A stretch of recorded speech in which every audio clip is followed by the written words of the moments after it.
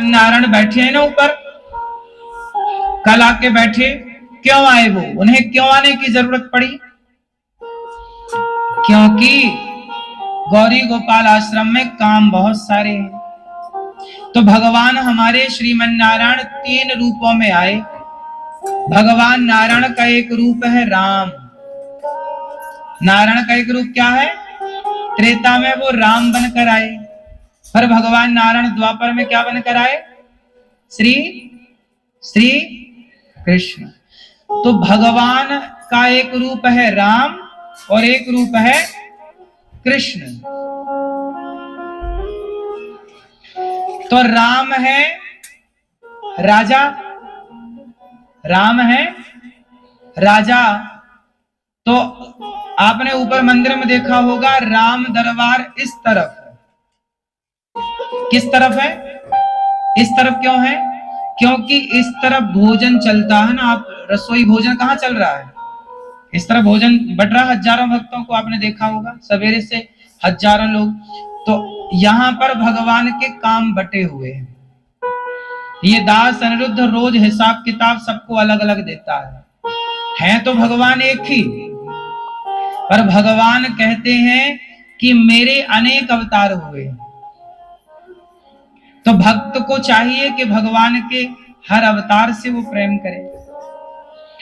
जैसे जब आप छोटे थे, बच्चे थे, तो आपका रूप रंग अलग था कि नहीं था?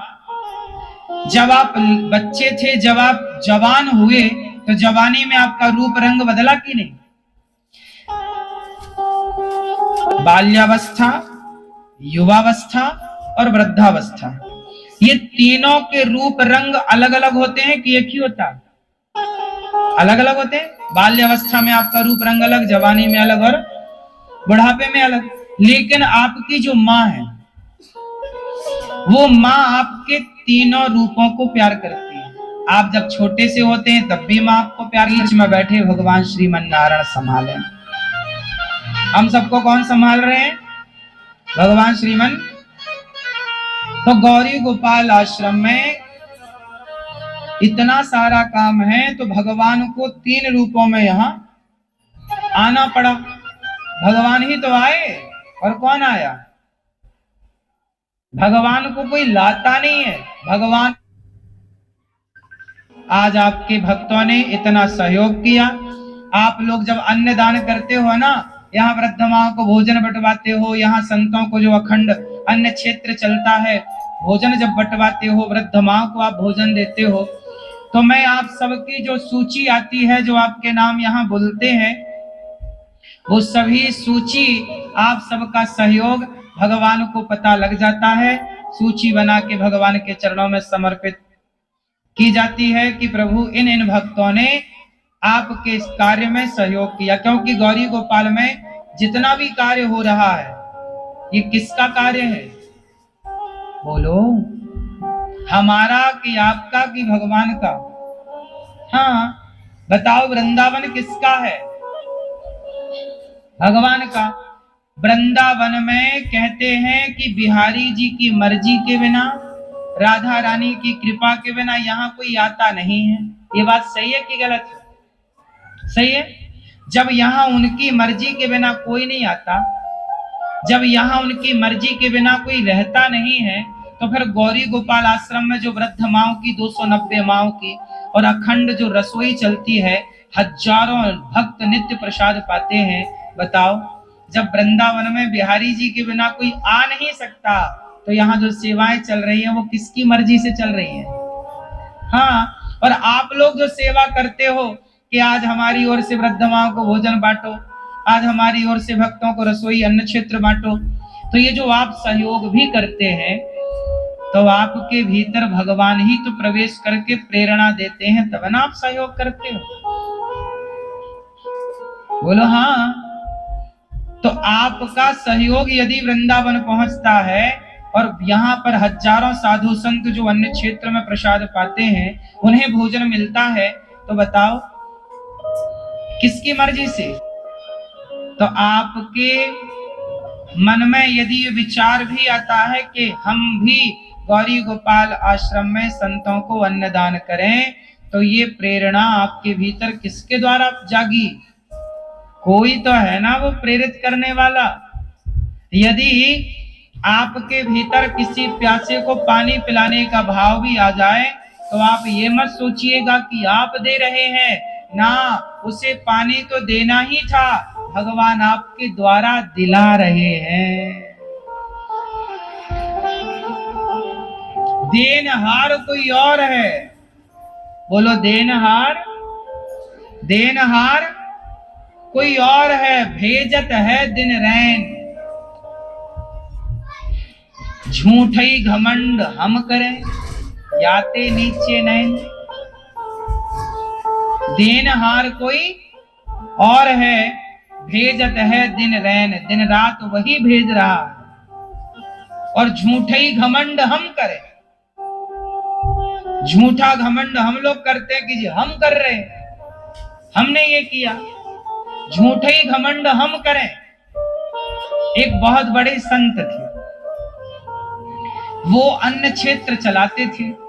कोई भी आता सबको भोजन दे, लेकिन उनके भोजन देते समय ना उनकी आंखें सदा नीचे रहती थी, नीचे देखकर वो अन्नदान करते थे। एक साधु ने देखा तो उन साधु ने कहा, भाई आप तो इतने बड़े दानी हो, इतना बड़ा पुण्य का काम करते हो, इतने सारे लोगों को आप भोजन कराते हो, तो नीचे क्यों देखते हो? आपको तो अकड़ के चलना चाहिए कि आप इतना बड़ा काम कर रहे हैं। तब वो साधु लिखे दोहा में कि देनहार कोई और है, भेजत है दिन रैन।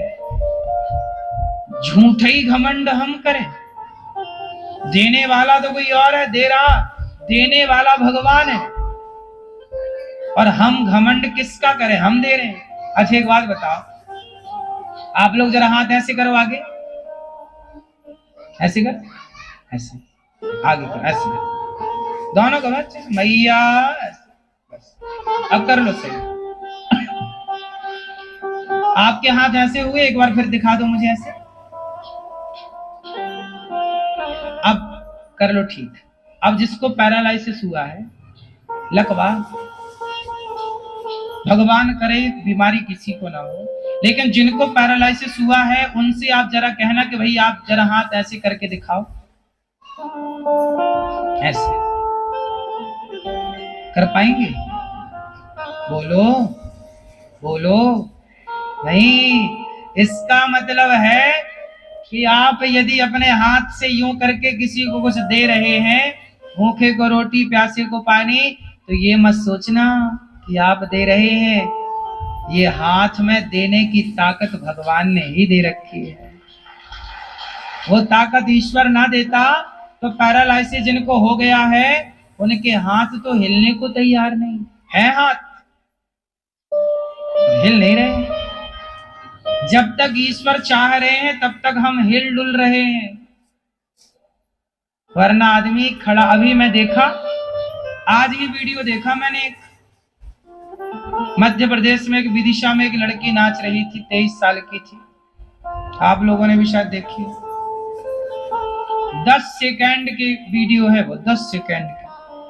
वो बढ़िया नाच रही थी खुशी से, और नाचती नाचती नाचती नाचती 10 सेकंड के अंदर, मतलब 10 सेकंड मतलब 8 सेकंड तक वो खुश थी, और आने वाले 2 सेकंड के अंदर वो गिर गई।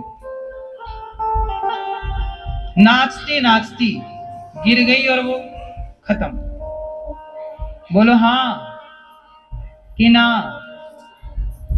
आने वाले 2 सेकंड का भी भरोसा है। इसलिए देनहार कोई और है। बस भगवान से यही प्रार्थना करो, ये दास अनिरुद्ध तो गौरी गोपाल भगवान, लक्ष्मी नारायण भगवान, श्री सीताराम चंद्र भगवान से यही प्रार्थना करता, प्रभु